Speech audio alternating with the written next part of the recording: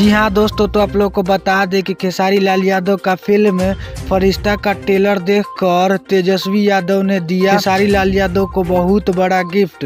जी हाँ दोस्तों, तो आप लोग को बता दें कि फरिश्ता मूवी का ट्रेलर आते ही पूरे भोजपुरी इंडस्ट्री में बवाल मचा चुका है। इस फिल्म का चर्चा बहुत ही तेजी से किया जा रहा है, जो कि खेसारी लाल यादव ने बहुत अच्छा एक्टिंग किया, जिसमें खेसारी लाल यादव पागल का रोल निभाते हुए दिख रहे हैं। जी हाँ दोस्तों, तो आप लोग को बता दें कि खेसारी लाल यादव का फरिश्ता मूवी का ट्रेलर वेब म्यूजिक चैनल पर अपलोड कर दिया गया था। तो आप लोगों को बता दें कि इस फिल्म के ट्रेलर को देखकर तेजस्वी यादव ने कह दी बड़ी बात। उन्होंने बताया कि खेसारी लाल यादव जैसा कोई एक्टिंग नहीं कर सकता है और पूरे बिहार को ये फिल्म के माध्यम से आगे बढ़ाने का कार्य करेंगे। अगर आप लोगों को ये अपडेट अच्छा लगा हो तो हमारी वीडियो को लाइक जरूर करें।